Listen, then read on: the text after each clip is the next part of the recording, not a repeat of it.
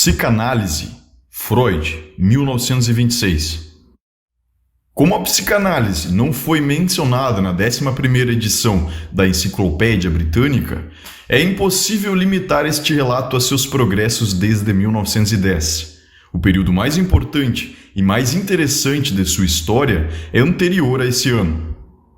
Pré-história.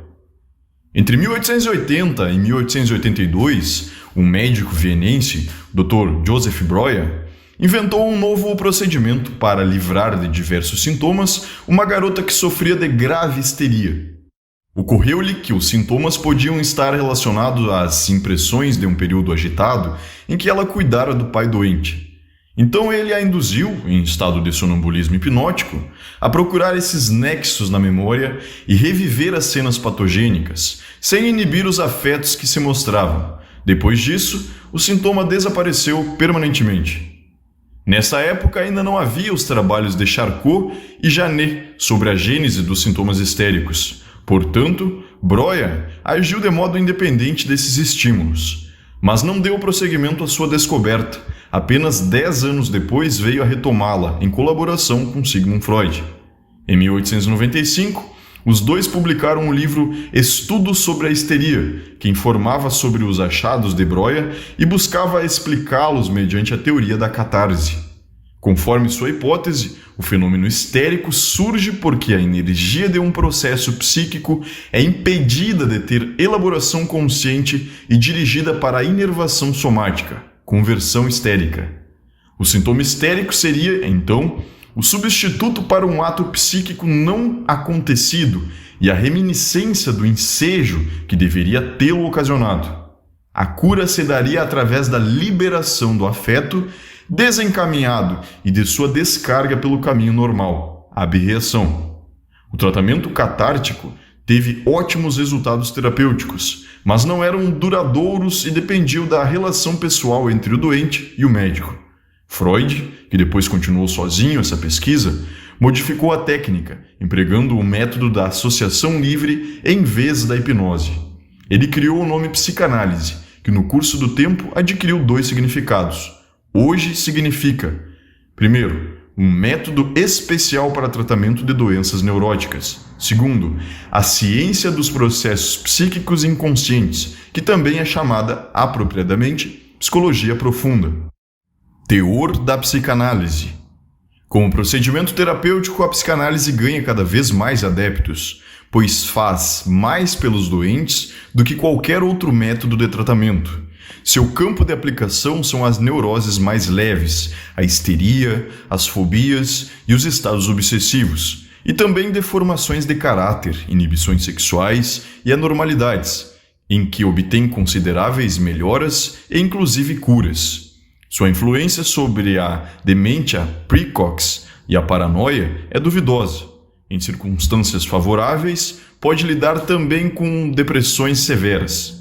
Em todos os casos, ela exige bastante do médico e do paciente. Requer do primeiro uma formação especial e uma prolongada dedicação a cada paciente, e deste, notáveis sacrifícios materiais e psíquicos, mas na maioria dos casos compensa todos os esforços. A psicanálise não é uma cômoda panaceia para os males psíquicos, que deve curar segura, rápida e agradavelmente. Pelo contrário, sua aplicação contribuiu, primeiramente, para esclarecer as dificuldades e os limites da terapia em tais afecções. No momento, apenas em Berlim e Viena há instituições privadas que tornam o tratamento psicanalítico acessível também à população trabalhadora sem recursos. A influência terapêutica da psicanálise baseia-se na substituição de atos psíquicos inconscientes por conscientes, e seu alcance é determinado por esse fator. Tal substituição é efetuada superando-se resistências internas na vida psíquica do paciente. O futuro provavelmente dirá que a importância da psicanálise como ciência do inconsciente ultrapassa em muito a sua importância terapêutica. A psicanálise, como psicologia profunda, considera a vida psíquica de 3 perspectivas: a dinâmica, a econômica e a topológica. Na primeira delas, faz remontar todos os processos psíquicos, salvo a recepção de estímulos externos, ao jogo de forças que promovem ou inibem uma às outras, juntam-se, entram em compromissos, etc. Originalmente, essas forças são todas da natureza de instintos, ou seja, de origem orgânica, caracterizadas por enorme capacidade somática, compulsão à repetição, e acham representação psíquica em ideias investidas de afeto. A teoria dos instintos é um terreno obscuro também para a psicanálise. A análise das observações leva a postular dois grupos de instintos, os chamados instintos do eu, cuja meta é a autoafirmação, e os instintos objetais, que consistem na relação com o objeto. Os instintos sociais não são vistos como elementares e irredutíveis. A especulação teórica leva a supor a existência de dois instintos fundamentais, que se escondem por trás dos instintos do eu e objetais, que são manifestos. O instinto que busca a união, sempre maior, Eros, e o que conduz à dissolução do que é vivo, o instinto de destruição. A manifestação da energia de Eros é denominada libido na psicanálise. O ponto de vista econômico supõe que as representações psíquicas dos instintos sofrem investimento, catexia, de determinadas quantidades de energia e que o aparelho psíquico tende a evitar um represamento dessas energias e manter o mais baixa possível a soma total de excitações que a atingem.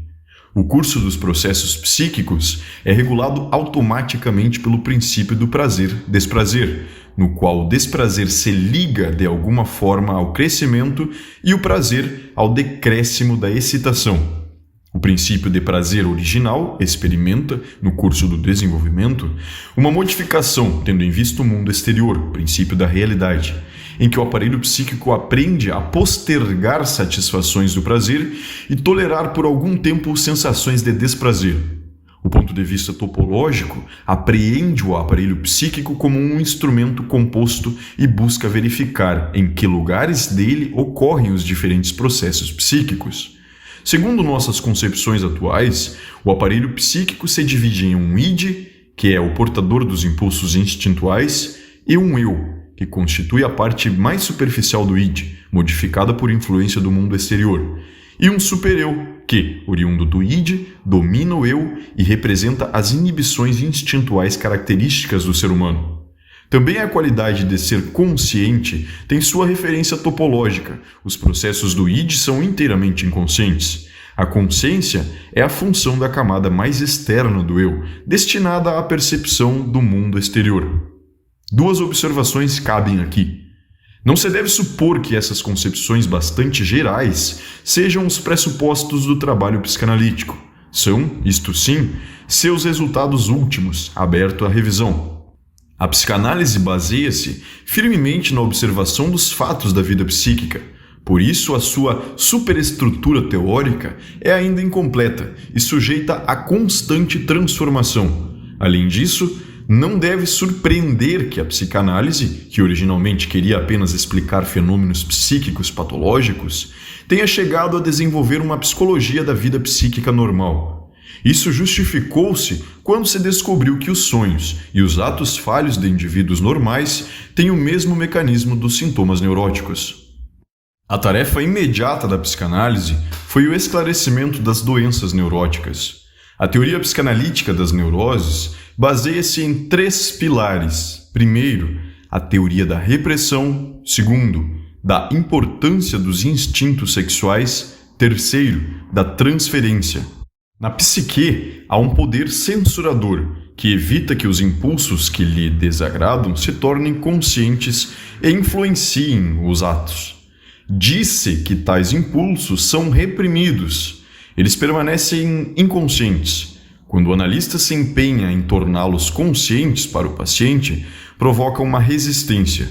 Mas esses impulsos instintuais reprimidos não ficam sempre impotentes.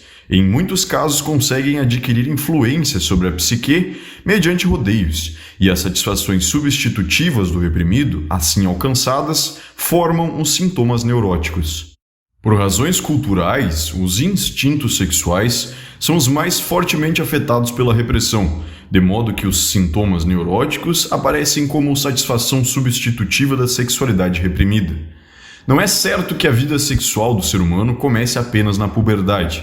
Já no início da vida extrauterina, pode-se comprová-la. Ela alcança o primeiro auge até o 5º ano da idade, primeiro período, e experimenta então uma inibição ou interrupção, época de latência, que tem fim com a puberdade, o segundo clímax do desenvolvimento.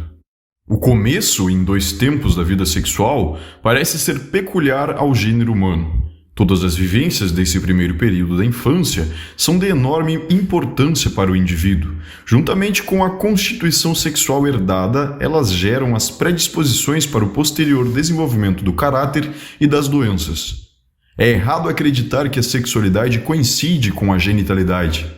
Os instintos sexuais perfazem um desenvolvimento complicado. Apenas no final deste há o primado das zonas genitais. Ao longo do caminho, se instauram diversas organizações pré-genitais, nas quais a libido pode se fixar e as quais retorna em caso de repressão posterior, regressão.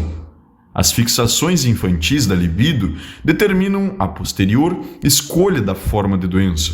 Assim, as neuroses aparecem como inibições no desenvolvimento da libido.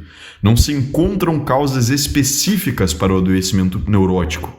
São relações quantitativas que decidem se o desfecho do conflito será a saúde ou uma neurótica inibição funcional. A mais relevante situação de conflito que a criança tem de resolver é a da relação com os pais, o complexo de Édipo. Tentando lidar com ele é que fracassam, via de regra, aqueles destinados à neurose. As mais valiosas e socialmente mais significativas realizações do espírito humano se originam das reações às exigências instintuais do complexo de Édipo, tanto na vida do indivíduo como, provavelmente, na história da espécie humana. Quando da superação do complexo de Édipo surge também a instância moral do supereu, que domina o eu. Terceiro, transferência é como se chama a notável peculiaridade que têm os neuróticos de desenvolver relações emocionais de natureza tanto afetuosa como hostil em relação ao médico, que não se fundamentam na situação real, procedendo, isto sim, da relação dos pacientes com os pais, complexo de Édipo. A transferência é uma prova de que também o adulto não superou a dependência infantil de outrora. Ela coincide com a força que foi denominada sugestão. O médico tem de aprender a manejá-la e apenas assim é capaz de induzir o doente a superar suas resistências internas e eliminar suas repressões. Desse modo, o tratamento psicanalítico vem a ser uma pós-educação do adulto, uma correção da educação infantil. Neste breve resumo da psicanálise, não podem ser abordados muitos temas do mais amplo interesse, como a sublimação dos instintos, o papel do simbolismo, o problema da ambivalência, etc. Também não é possível, infelizmente, referir às aplicações da psicanálise, originada no terreno da medicina, às ciências humanas, à história da civilização e da literatura, ao estudo da religião e à pedagogia. Limitemo-nos a observar que a psicanálise, como psicologia dos atos psíquicos profundos, inconscientes, promete converter-se no elo entre a psiquiatria e todas estas ciências do espírito. Vicissitudes externas da psicanálise.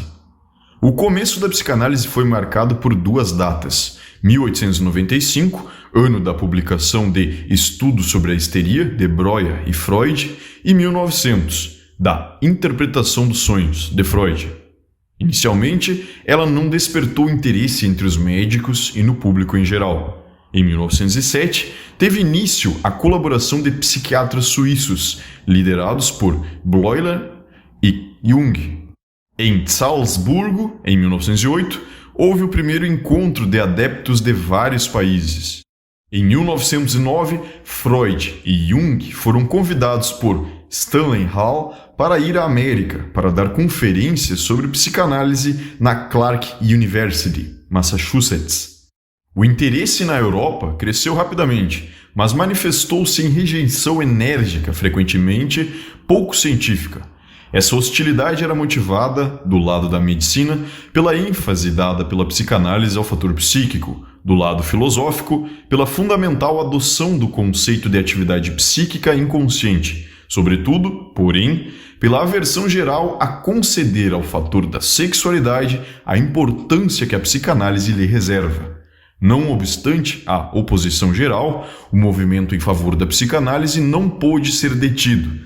Seus adeptos se organizaram numa associação internacional que passou pela prova da Grande Guerra e, atualmente, em 1925, abrange as sociedades locais de Viena, Berlim, Budapeste, Londres, Suíça, Holanda, Moscou e Calcutá, além de 2 americanas. Algumas revistas servem aos propósitos dessas sociedades. A Internationale Zeitschrift für Psychoanalyse, a Imago, para aplicações das ciências humanas, e o International Journal of Psychoanalysis. Entre os anos de 1911 e 1913, 2 dos seguidores, Alfred Adler, de Viena, e Jung, de Zurique, abandonaram o movimento e fundaram correntes próprias. Tiveram acolhida benevolente graças à hostilidade geral contra a psicanálise, mas que permaneceram cientificamente estéreis. Em 1921, o Dr. Eitingon fundou, em Berlim, a primeira policlínica psicanalítica e instituto de ensino, logo seguida por outra em Viena.